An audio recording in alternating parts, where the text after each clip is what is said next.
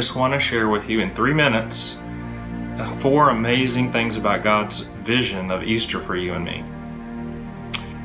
Let's look at Isaiah 53 verses 10 through 12 for these amazing things.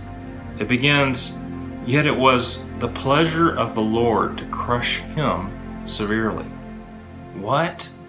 How could it please you, Father, to crush him, Jesus, the most precious person who ever entered this earth, severely?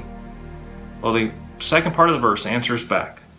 When you make him an offering for their sin, when you make him a sin offering, he will see his seed and, that's you and me, prolong his days. That's what started on Easter and never ends. And by him, the pleasure of the Lord will be accomplished. Okay, so I can see pleasure.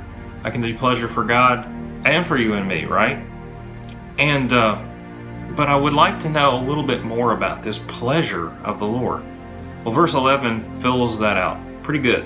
It says, after his anguish, he will see light and be satisfied. So Jesus is going to see an amazing Easter light, and he will be satisfied. Well, what is it?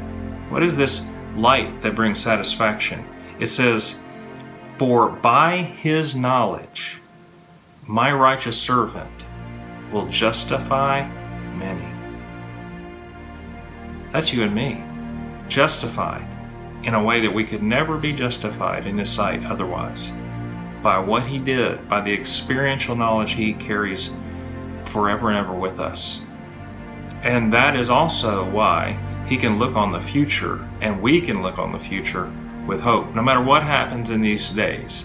Listen to verse 12. It says, therefore, the Father says, I will allot him a portion with the great, and he shall divide the spoil with the strong, because he poured out himself to death and was numbered with the transgressors, or the rebels. That's you and me. And yet he bore the sin of the many, and by him transgression was made for the transgressors. Well, that's what we're going to look at next week as we look at another devotion entitled The Experience of the Son on Easter. Until then, think on these things.